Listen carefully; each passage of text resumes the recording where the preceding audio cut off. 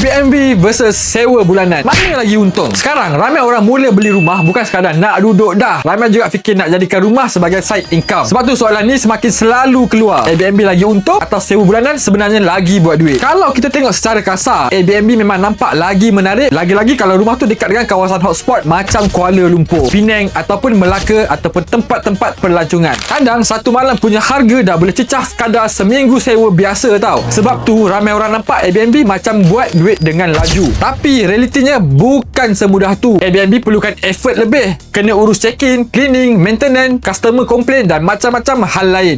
Belum kira kalau tiba-tiba musim slow, rumah kosong terus tak ada income masuk. Sewa bulanan pula mungkin nampak kurang wow, tapi ramai suka sebab lebih stable.